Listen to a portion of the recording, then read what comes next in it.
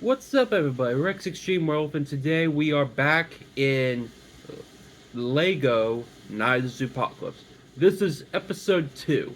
Now, before I get into it, I sort of did this thing using the Google AI to sort of make up these special characters. I mean, not characters, these levels specifically of what happens, like the QTEs and stuff. So, what's different from Google AI is that I can't always be able to type in specifically what I want to type in because it'll cut out. Like, I wouldn't be able to, like, when I'm trying to say, let's do an example, the word that, and it only shows TH. The people will probably, the AI would probably just think I'm saying that, but then again, the limited words. So, through my beautifully handsome voice, you will be able to hear this wonderful form, this wonderful design, and this wonderful fan made idea of Lego Knights of Zoopocalypse. Okay, here's what happens in episode 2. Episode 2, which granted it's going to be longer, granted because it involves mostly a chasing, which I thought, but let's get to the first part. This, of course, is a much like Shrek from the first movie. This is starts off with a journeying into. Okay, so if you have seen Night of the Zoopocalypse, then you know that Gracie, the wolf, wakes up and then follows the meteor as she escapes her pen, but she then goes sneaking through the into the zoo in the zoo grounds to following where the meteor landed, and it landed in a farmhouse. So she goes through there, sneaking me basically, because it's at the dead of night. I mean, yes, she's a wolf. Wolves love to howl at full moon, but then again, with this level, there's like pretty much, I would say, 3 stages at least, but maybe, yeah, 3 stages at least.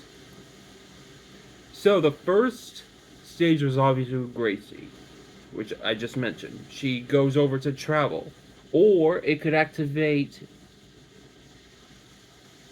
Like here, it could be interpreted in 2 ways. One, it could be like a free roam. No, no, no, no, no, no. Here's well, then again, most games sort of go in with the thing. So even after the whole zoopocalypse is over and stuff, the zoo animals are probably able to roam around anytime they want, or just in their own ways. Like, I mean, Gracie would probably be given the. Before I get to that, let's just get to the second stage. The second stage, after a cutscene, she realizes that she has to run away from an egg, a pod, with a gooey, with a blue gooey monster arm from a zombie bunny, or a Gumby bunny, or a Bunny Gumby, yeah, Bunny Gumby, which happens to be known as Bunny Zero. So, this second stage, you play as Gracie as you try to run around the farmhouse trying to escape, and then you manage to climb until finally the haystacks are finally in view. You climb up it and then escape, which would incorporate a little cutscene where she meets, well, a mountain lion. But granted, the mountain lion didn't attack her, but was of course a little. I mean, she was just one lone wolf, looked scrawny to him, and probably saw not enough meat on her bones. I mean, then again, mountain lions and wolves are technically rivals in the forest. I mean, pride of mountain lions, a pack of wolves. Yeah, it makes sense. So, after the both Gracie and Dan, no, I meant Gracie and the mountain lion are captured, then it comes to another scene where, I mean, it's a big cutscene because it also involves her meeting a certain movie obsessed lemur, which he reveals his name to be Felix. So, what happens? Well, let's see. Back to the whole farmhouse, the second stage, I mean, the third stage actually. This is the chase scene that I originally had ideas thought would be perfect for the second level.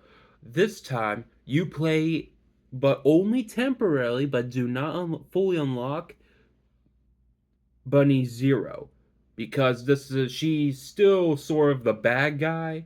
I mean, the main monster in a way, so she doesn't be unlocked.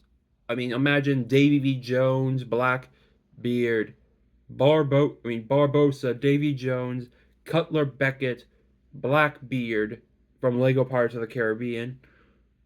Would have been nice to have Salazar if they managed to make a redo of the Lego Pirates of the Caribbean with talking voice lines, of course.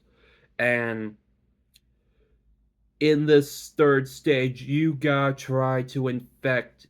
Well, after infecting a little chicklet, the second player could play the chicklet while the main character plays Bunny Zero. So, you and the other. Then you must infect others, and then you take control of a few of the others. Since the only ones, well, Bunny Zero will be the only bunny, but there's the chicklet you play as, but also the little lamb. Or, no, wait, technically, I think it's more of a llama. I think it's a llama more likely. I mean, it has a longer neck than a. Then again, I really do not. I mean, then again, it's a farmhouse, so really, it's mostly only animals that would be fitting in a farmhouse. And I guess bunnies counted as a farm animal, I guess.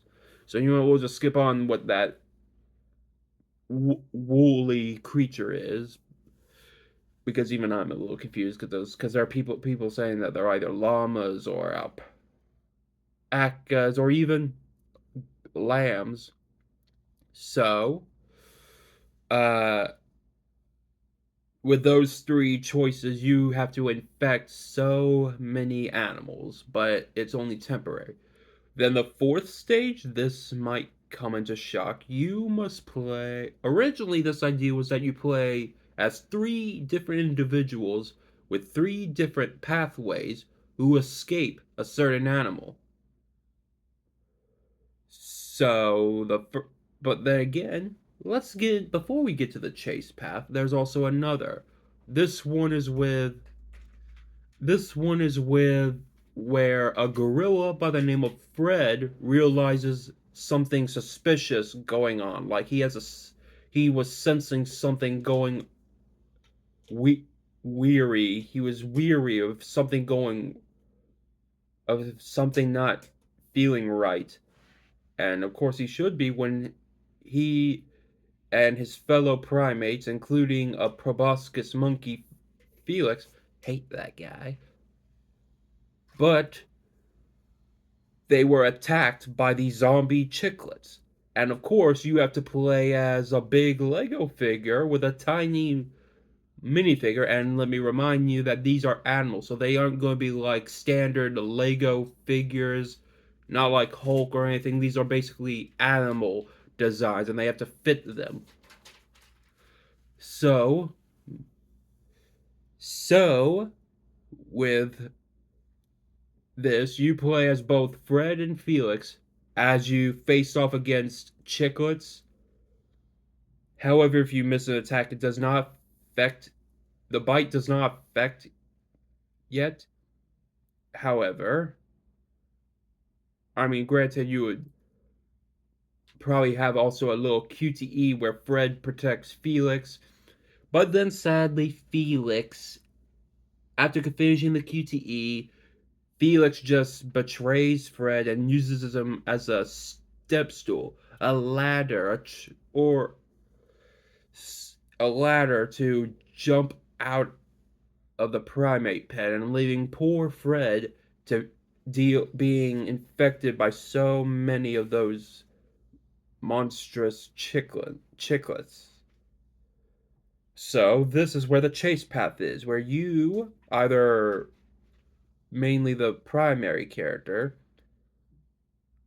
would have to play as Felix, and then you have to run through obstacles, avoid getting caught, and trying to and then there will be a cutscene where he tries to unlock a door that's only easy to humans. Then some secret dialogue that wasn't in the movie, but for the game alone, exclusively to the game, you get to play as Frida. And Frida the capybara also has to avoid. I mean, she's also a water creature, so she's also going to have to do some swimming too. But of course, she's still going to be running as fast as she can with those little legs of hers. I mean, she is a guinea pig. And then after her, there's an ostrich. And that ostrich's name is Ash, which I thought was a girl, but apparently it's a guy. So, like I said, he would also have a secret dialogue, just like Frida, run through some obstacles, avoid getting bitten, and getting the into the into a veteran center, which of course would open up a new cutscene where they meet Felix. Sure, well, no, Felix doesn't show up yet, but then as Felix looks over to Ash and then looks over to his left, he then sees the mountain lion that Gracie encountered, and of course, there would be a little QTE moment. Probably A to talk, or yeah, A to talk, like alphabet, like words, and he would say, you gotta make the character say, hey, which of course would invoke a little cutscene where Felix says, ah, mountain lion. And of course, getting the both Frida and Ash should be scared. And then Frida would see Gracie and say and shout, wolf. And then Ash would be saying, ah, carnivores. If you have remember anything from my review about the movie, these three cowards should have had these carnivores help. Luckily, another QTE moment, Felix reveals himself as he press X to help have no, not Felix, have uh Javier, no, Xavier, the movie obsessed red ruffed lemur, unlock Gracie's cage, considering he sees her as a nice character. And so that would frighten the three more. And of course, another QTE moment because it would be blue for her. Press X once again to talk to the. Actually, now that I think of it, no. Play as Gracie and Xavier, say, in a fifth stage to avoid falling objects from both Felix, Frida, and Ash. And then when she's close enough, it has to be Gracie alone who must activate it, not Xavier. Dang, Xavier and Felix. I mean, feel like they're both primates. I mean, yeah, they technically are primates, I guess, but putting it has to be. I mean, putting Gracie is the one. I mean, putting Xavier as the one. No, it would honestly fail. It would be have to exactly be like it has to be Hulk who face off against Abomination. It has to be in Lego Marvel Superheroes. It has to be Gracie who talks to the characters, talks about what's going on, and then of course they would have a scene where it actually involves the question where she asks what's going on. And well, of course, then again, Felix also holds poor Frida, as a hostage, as a treat to Gracie, which of course leads Gracie to say, I mean, no, which leads Frida to say, "Put me down, you animal." But instead, Gracie just says, places her paw on gently on Frida.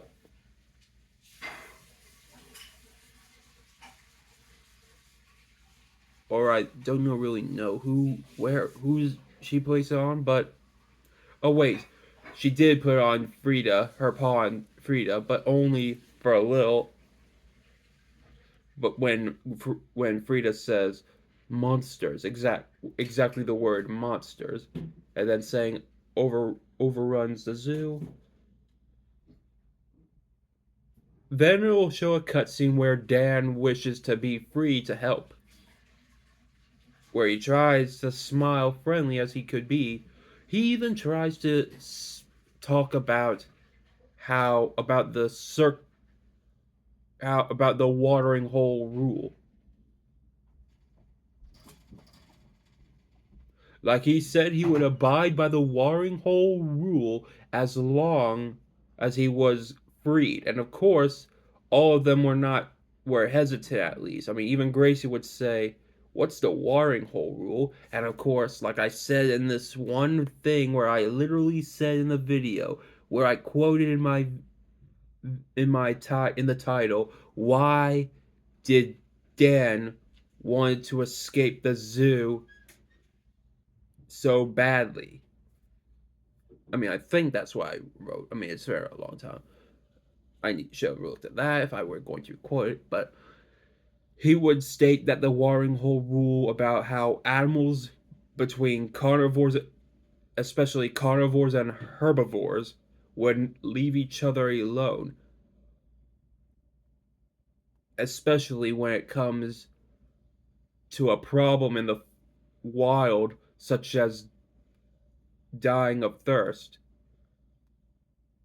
And of course, Ash basically, what's the word? Baited the mountain lion to attack. And dang it, I just said Dan. You know what? You already know Dan. So Dan, of course, sadly fell for it, nearly slashing at Ash, and having to remain in a cage.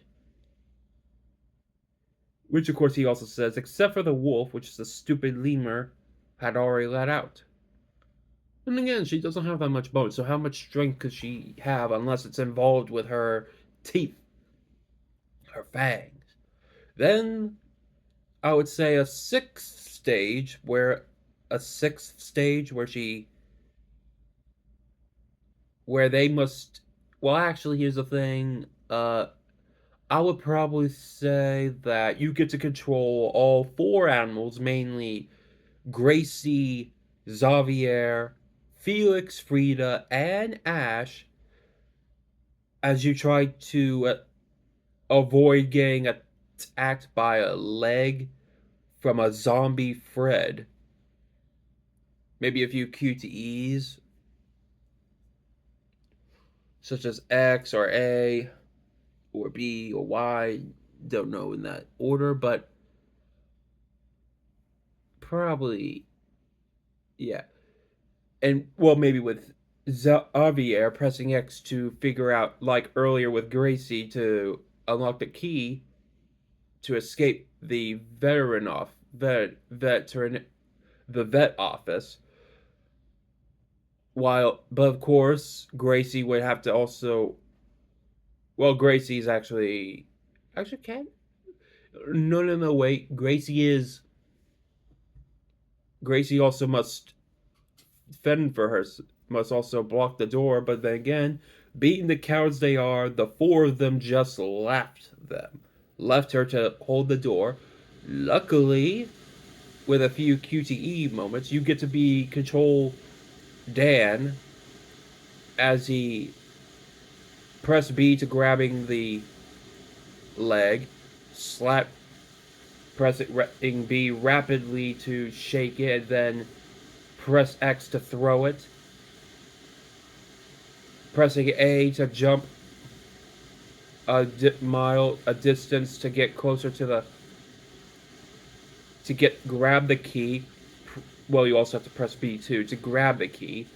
Then try a run until the cutscene hits and poor Dan gets hit by one of those tranquilizer darts, and Xavier, and back to Xavier, which of course we also reveal that Xavier, without having to press rapidly with the X, manages to unlock the door, and all four of them, from Ash to Frida, then Xavier, and then finally Felix, that had escaped.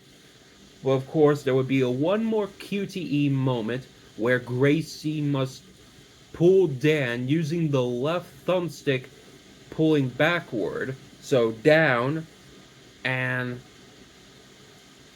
then pressing X to close the door, and ending the whole entire level. Character zone to unlock. Well, Dan would still be well, Xavier would be third. Sadly, Fred is going to be then again, the main characters are Gracie, Dan, Xavier, Frida, Felix, Ash,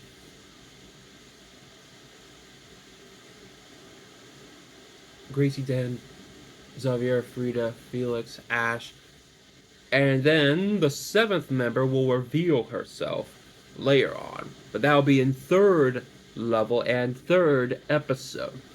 But you do at least unlock Xavier, who can help Matt unlock locks, Frida, who could swim and is a feisty fighter, and can also and both her and Xavier can go through small hole accesses.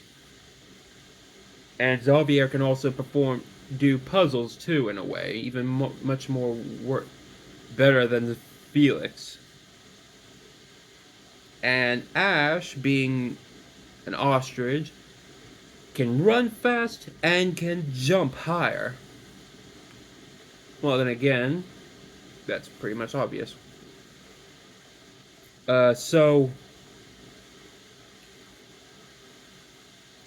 Yeah, those.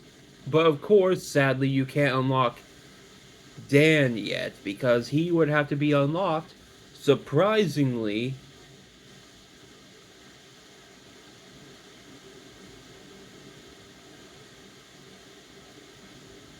actually, he would probably be in a free roam bit.